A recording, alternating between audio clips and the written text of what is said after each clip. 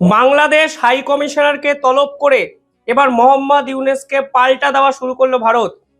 শেষ 3 দিন ধরে বাংলাদেশের পক্ষ থেকে আন্তর্জাতিক মঞ্চে বিভিন্ন ন্যারেটিভ ক্রিয়েট করার চেষ্টা করা হয়েছিল। ঘটনার সূত্রপাত বাংলাদেশের ভারত বিরোধী ছাত্রনেতা তার কিন্তু গুলিবিদ্ধ হওয়ার ঘটনা থেকে। সেখানে বাংলাদেশ সরাসরি দাবি করে যে ভারত এই টার্গেট কিলিংটি করেছে এবং এর সাপেক্ষে তারা কোনো রকম যুক্তি, তথ্য কিংবা কোনো রকম নথি ভারতের হাতে কিংবা আন্তর্জাতিক স্তরে কিন্তু তুলে দিতে পারেনি। উল্টে কালকে বাংলাদেশের পক্ষ থেকে আরও এক ছাত্রনেতা হাসনাত সরাসরি ভারতকে উদ্দেশ্য করে 7 সিস্টার্স কেটে নেব, ভারতকে ভাগ করে দেব, এই ধরনের অসংবেদনশীল শীল কথাবার্তা শুধু বলেছেন তাই নয়, তিনি ভারতকে সরাসরি হুমকি এবং হুঁশিয়ারি দিয়েছেন। তা কিন্তু আন্তর্জাতিক মঞ্চে সে অর্থে প্রভাবই ফেলেনি, কিন্তু ভারত এই ধরনের কথাবার্তার জাস্টিফিকেশন বাংলাদেশের পক্ষ থেকে চেয়েছে। আজকে হাই কমিশনারকে তলব করা হয়েছে বিদেশ মন্ত্রকের পক্ষ থেকে। এই তলবের পরেই বাংলাদেশ সরকার কি করে? বাংলাদেশ সরকার ভারতীয় ভিসা কেন্দ্র যেটি বাংলাদেশে বর্তমানে আছে তার যাবতীয় কর্মপদ্ধতি, কর্মপ্রণালী, কার্যক্রম বন্ধ করে দেয় এবং বাংলাদেশের ছাত্র নেতাদের পক্ষ থেকে ভারতের হাই কমিশন ঘেরাও করার অভিযান কিন্তু ডাকা হয়, যা কিন্তু দুই দেশের রাজনৈতিক পরিস্থিতি এবং সম্পর্ককে অত্যন্ত খারাপ জায়গায় নিয়ে গেল। হাই কমিশনার বা হাই কমিশন ঘেরাও করার কর্মসূচি কোনো দেশ যদি ডাকে তাহলে কিন্তু নিঃসন্দেহে ধরে নেওয়া যায় সেই দেশ অপর দেশের সঙ্গে কোনো রকম সম্পর্ক রাখতে চাইছে না, এবং এক্ষেত্রে ভারত ধরে নিচ্ছে বাংলাদেশ ভারতের সঙ্গে কোনো সম্পর্ক রাখতে চাইছে না। ফলে ধরেই নেওয়া যায় বাংলাদেশ অচিরেই ভারত থেকে চাল, ডাল, দুধ, ডিম এবং প্রয়োজনীয় সমস্ত সামগ্রী আমদানি করা বন্ধ করার সাহস দেখাবে।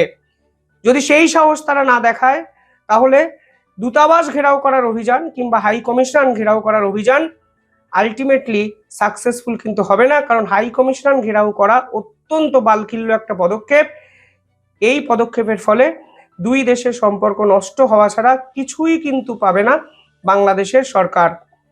কিন্তু যদি সরকার এই ধরনের অভিযানকে প্রশ্রয় দেয় তাহলে কিন্তু ভারতের পক্ষ থেকে ড্রাস্টিক এবং অ্যাগ্রেসিভ কিছু স্টেপ নেওয়া হবে। তা ভারতের বিদেশ মন্ত্রকের এই প্রেস কনফারেন্স এবং ভারতের হাই কমিশনারকে ঘেরাও করে ভারতের থাকা বাংলাদেশের হাই কমিশনারকে তলব করার মাধ্যমেই কিন্তু স্পষ্ট হয়ে যাচ্ছে।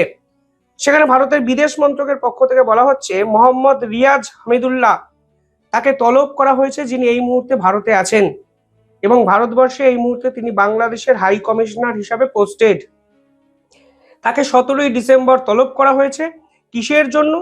বর্তমানে বাংলাদেশের সিকিউরিটি এনভায়রনমেন্ট নিয়ে কথা বলার জন্য, এবং এই মুহূর্তে যে অ্যাক্টিভিটিস্ট এবং এক্সট্রিমিস্ট এলিমেন্টসরা বাংলাদেশে বসে ভারতবর্ষের সিচুয়েশনকে খারাপ করার চেষ্টা করছেন এবং ভারতবর্ষে যে ইন্ডিয়ান মিশন টু ঢাকা, অর্থাৎ ঢাকাতে ভারতের যে মিশন আছে, যে উন্নতি প্রকল্পে দুই দেশের সম্পর্ক ভালো রাখার যে কর্মব্যস্ততা আছে, সেইটাকে যারা ঘেঁটে দেওয়ার চেষ্টা করছে তাদের বিপক্ষে বাংলাদেশ সরকার কি পদক্ষেপ নিয়েছে তা জানার জন্য আজকে ভারতে বাংলাদেশের হাই কমিশনারকে কিন্তু তলব করা হয়েছে, যা অত্যন্ত গুরুত্বপূর্ণ একটি পদক্ষেপ এবং অত্যন্ত অ্যাগ্রেসিভ একটি পদক্ষেপ।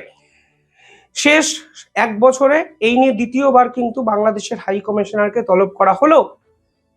এবার এই পুরো বিষয়টি ইচ্ছাকৃত সৃষ্টি, আপনারা অনেকেই বুঝতে পারছেন, কারণ বাংলাদেশের যাবতীয় গোয়েন্দা ব্যর্থতাটাকে যদি ঢাকতে হয় তাহলে ফের ভারত বিরোধী একটা জিগির তুলতে হবে, ভারতের দিকে সবটা ঘুরিয়ে দিতে হবে এবং পুরো পরিস্থিতির জন্য ভারতই দায়ী। বাংলাদেশের ইতিহাসের জন্য ভারতই একমাত্র খারাপ এবং দুর্বলতম খারাপ প্রতিদ্বন্দ্বী বা প্রতিবেশী রাষ্ট্র। এই ধরনের কিছু জিনিস বাংলাদেশের রাজনীতিতে এস্টাবলিশ করার চেষ্টা হবে এবং সেই পুরনো খেলা মোহাম্মদ ইউনূস খেলছেন, যা ভারত কিন্তু ধরে ফেলেছেন।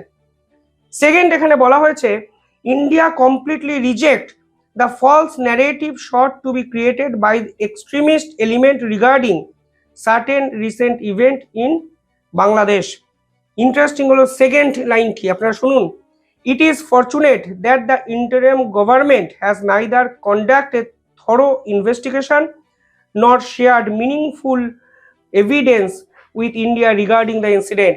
অর্থাৎ বর্তমানে ছাত্রনেতাকে গুলিবিদ্ধ হওয়ার ঘটনায় বাংলাদেশ সরকার ভারতকে তো দায়ী করেই ফেলেছে, কিন্তু এর সপক্ষে কোনো প্রমাণ, কোনো তথ্য ভারতের হাতে তারা তুলে দেয়নি। উল্টে তারাও কিন্তু থরো ইনভেস্টিগেশন করছে না, যা ভারত পরিষ্কার বলে বুঝিয়ে দিয়েছে মোহাম্মদ ইউনূস সরকার যে ফাঁদটা পাঠার চেষ্টা করছিল, সেই ফাঁদ আসলে কোনোভাবে সফল হতে দিচ্ছে না ভারত।